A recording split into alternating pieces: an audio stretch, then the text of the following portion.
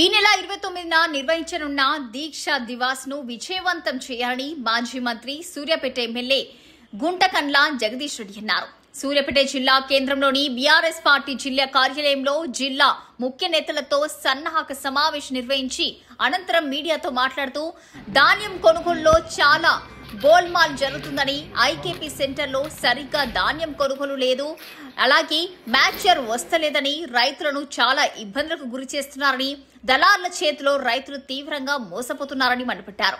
మళ్లీ 2014 ముందున్న సమస్యలే తలెత్తుతున్నాయని, బీసీలను పెద్ద ఎత్తున మోసం చేసిన పార్టీ కూడా కాంగ్రెస్ అని, అది తెలిసే మోసం చేసి తప్పించుకునేందుకు సాకులు వెతుకుతుందని కొండ అన్నారు. స్థానిక సంస్థల్లో బీఆర్ఎస్ విజయ కేతనం తప్పదు అని తెలియజేశారు. మీడియా మిత్రులందరికీ నమస్కారం. నవంబర్ 29 దీక్షా దివస్ తెలంగాణ రాష్ట్ర ఏర్పాటు చరిత్రలో ఒక కీలకమైన రోజు. కేసీఆర్ గారు 2001 ఏప్రిల్ 27 నాడు తెలంగాణ రాష్ట్ర సాధన కొరకు టీఆర్ఎస్ పార్టీని ప్రారంభిస్తే పరిస్థితులు పక్వానికి వచ్చినాయి, ఇక తాడవపేడో తెలుసుకోవాల్సిన సమయం వచ్చిందని చెప్పి తెలంగాణ వచ్చుడో కేసీఆర్ చచ్చుడు అని చెప్పి ప్రకటించి తెలంగాణ రాష్ట్ర ఏర్పాటు కొరకు ఆమరణ దీక్షను కేసీఆర్ గారు ప్రారంభించిన రోజు నవంబర్ 29. నవంబర్ 29 నాడు ఏదైతే దీక్ష ప్రారంభించారో కేసీఆర్ గారు, తెలంగాణ రాష్ట్రం ఇస్తామని చెప్పి పార్లమెంట్ ఇచ్చి ప్రకటన వస్తే తప్ప నేను దీక్ష విరమించను, నా ప్రాణాలైనా వదులుకుంటా తప్ప ఇక దీక్షను మాత్రం వదలను అని చెప్పి పట్టుబట్టి తెలంగాణ రాష్ట్ర సాధన ప్రకటన డిసెంబర్ 9 నాడు వచ్చేటట్టు చేసి ప్రకటన వచ్చిన తర్వాతనే పార్లమెంట్లో ఆనాటి హోంమంత్రి ప్రకటించిన తర్వాతనే దీక్ష విరమించిన సంగతి, తెలంగాణ రాష్ట్ర ఏర్పాటు ప్రకటన జరిగిపోయిన సంగతి మనకు తెలుసు. ఇది తెలంగాణ రాష్ట్ర ఏర్పాటు చరిత్రలో ఇది కీలకమైన ఘట్టం. తెలంగాణ రాష్ట్రం ఉన్నంతకాలం ఈ భూమి పైన ఈ రోజుకు ఉండే ప్రాధాన్యత తప్పకుండా ఉంటుంది. అది తెలంగాణ రాష్ట్ర ఏర్పాటు చరిత్రలో, కేసీఆర్ జీవిత చరిత్రలో,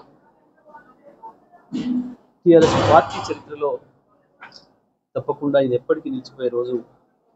కాబట్టి దీని ప్రాధాన్యతను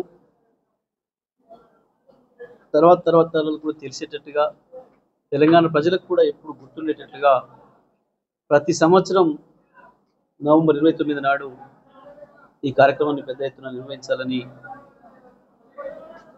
బీఆర్ఎస్ పార్టీ కార్యకర్తలు, ప్రజలు పాల్గొనేలాగా దాని యొక్క ప్రాధాన్యతను అందరికీ చెప్పాలని చెప్పి మేము ఆ రోజు కార్యక్రమాన్ని దీక్షా దివస్ కార్యక్రమాన్ని చేయాలని చెప్పి బీఆర్ఎస్ పార్టీ నిర్ణయించడం జరిగింది. సూర్యాపేట జిల్లాలోని ప్రతి గ్రామం నుంచి కూడా తప్పకుండా ప్రజలు వచ్చేటట్లుగా చూసుకోవాలి, ప్రజల భాగస్వామ్యం ఉండేటట్లుగా చూసుకోవాలని చెప్పి ఈరోజు ఈ సన్నాహక సమావేశంలో నిర్ణయం తీసుకోవడం జరిగింది. దాంట్లో జిల్లా పార్టీ అధ్యక్షులు పడుగులింగయ్య గారి అధ్యక్షతన జరిగిన సమావేశంలో కోదాడ మాజీ శాసనసభ్యులు బొల్లం మల్లయ్య గారు, యువతృప్తి మాజీ శాసనసభ్యులు కిషోర్ కుమార్ గారు, అదేవిధంగా పార్టీ కోఆర్డినేటర్ ఉంటది నరసింహారెడ్డి గారు, రాష్ట్ర కార్యదర్శి పైవి గారు, రెడ్పీ చైర్మన్ మాజీ విజేంద్రరావు గారు, ఇతర మండల పార్టీ నాయకులు, ముఖ్యులు, అన్ని మండలాల నుంచి వచ్చిన నాయకులు కూడా పాల్గొనడం జరిగింది. సో ఇవాళ ఈ కార్యక్రమానికి సంబంధించి ప్రజల్లో ఉత్సాహం ఉంది, కార్యకర్తల ఉత్సాహం ఉంది, పెద్ద ఎత్తున కూడా వసతి విజయవంతం చేస్తారు. ఒక రకంగా ఇవాళ ఈ ముఖ్యమంత్రి రేవంత్ రెడ్డి చేస్తున్న అరాచక పాలన ఏదైతుందో, రాష్ట్రాన్ని లూటీ చేసే పద్ధతుల్లో ఏదైతే చేస్తున్నాడో, ప్రభుత్వ భూముల్ని అడ్డగోలుగా అపనంగా తనకు ఇష్టమైన వాళ్ళకి కట్టబెడుతూ అన్ని నిబంధనలు అధిగమించి ఒక పెద్ద భూ కుంభకోణానికి పాల్పడుతున్నాడు. ఇది తప్పకుండా రేపు వచ్చే ప్రభుత్వాలు వచ్చిన తర్వాత, కొత్త ప్రభుత్వం వచ్చిన తర్వాత ఇది విచారించదగ్గ కేసు అవుతుంది. ఇది క్రిమినల్ కేసు అవుతుంది. ఇచ్చిన వాళ్ళు తీసుకున్న వాళ్ళు ఇద్దరు కూడా బాధ్యులు అవుతారు, అందులో సందేహం లేదు. ఇద్దరు కూడా జైల్లో వెళ్ళాల్సిన పరిస్థితి వస్తుంది. అంత బహిరంగంగానే చేస్తున్నారు. ఏ జగ్గు వంకు లేకుండా ముందు డబ్బులు సంపాదిస్తే చాలు, తర్వాత ఏమన్నా కానీ అన్న పద్ధతుల్లో అన్ని నిబంధనలు కూడా తొందరగా చేస్తూ ఉన్నారు. ఇప్పటి వరకు ఎప్పుడు కూడా జరగలే అటువంటి చరిత్రలో. వాస్తవానికి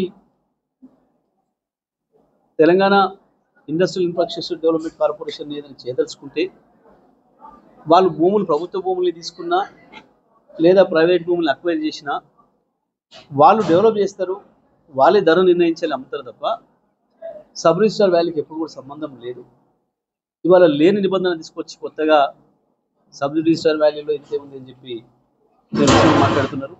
మరి అదే ఒకవైపు సేమ్ ప్రభుత్వ భూమి, ఒకవైపు భోగాపేటలో ఇక్కడక్కడ వేలం పాటేసి 100 కోట్లు వచ్చిన ఎకరానికి 179 కోట్లు వచ్చినాయని మాట్లాడుతున్నారు.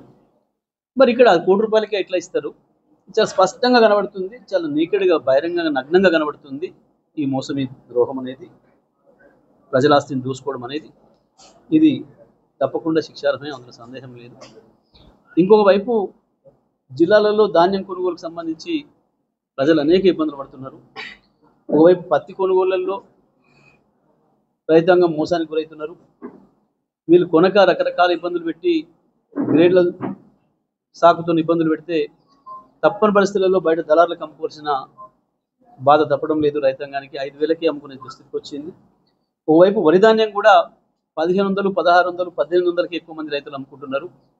కావాలని చెప్పి ప్రభుత్వం ఐకేపీ సెంటర్లలో, కొనుగోలు కేంద్రాలలో సరిగా కొనకపోవడము, ఇక్కడ మాయిశ్చర్ పేరు మీద రైతాంగాన్ని ఇబ్బంది పెట్టడము, వచ్చి నెలల తరబడి ఇక్కడ కూర్చోలేమని, ఇక్కడ కూర్చున్నా తీసుకుంటే ప్రభుత్వం నుంచి పైసలు వస్తాయని నమ్మకం లేదని చెప్పి రైతాంగం తప్పని పరిస్థితులలో దళారులను ఆశ్రయిస్తున్నారు.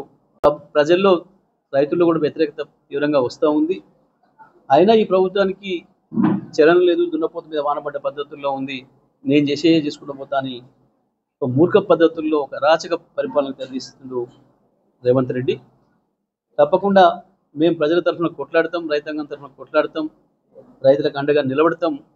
ఎక్కడ రైతుకు ఇబ్బంది వచ్చినా టీఆర్ఎస్ పార్టీ నాయకులందరూ కూడా వెళ్తున్నారు. కేసీఆర్ పాలనలో రైతులు ఎంత సుఖంగా ఉండేనో ఇవాళ పోయి మళ్ళీ ఎండలో పడ్డట్టయింది మా పరిస్థితి, నీళ్ళలో నుంచి ఒడ్డున పడ్డ చేపలాగైంది మా పరిస్థితి అని చెప్పి ఇవాళ రైతాంగం అందరూ కూడా భావిస్తున్నారు. ఇప్పటికైనా ప్రభుత్వం సోయి తెచ్చుకొని, వ్యవసాయ శాఖ మంత్రి సోయి తెచ్చుకొని, సివిల్ సప్లై శాఖ మంత్రి కనీసం జ్ఞానం తెచ్చుకొని ఆ రైతాంగం తరఫున పనిచేయండి, కనీసం కొననని కొనండి. మీరు పంట చేసే నాడు విత్తనాలు కూడా సరఫరా చేయలేకపోయినరు, అయినా రైతులే యూరియా ఇవ్వలేకపోయినరు. రైతులు నాన్న కష్టపడి పండిస్తే కూడా దాన్ని కొనకుండా మోసం చేసి దళారుల పాలు చేసి రైతాంగాన్ని నాశనం చేస్తున్నారు. మేము ఈ విషయంలో ప్రభుత్వాన్ని హెచ్చరిస్తున్నాం, వెంటనే తగిన చర్యలు తీసుకోవాలి. పత్తి, వరి ధాన్యం రెండు కూడా ప్రభుత్వం ప్రకటించిన ధరకు కొనేటట్టుగా వెంటనే చర్యలు తీసుకోవాలని చెప్పి కూడా మేము డిమాండ్ చేస్తాము.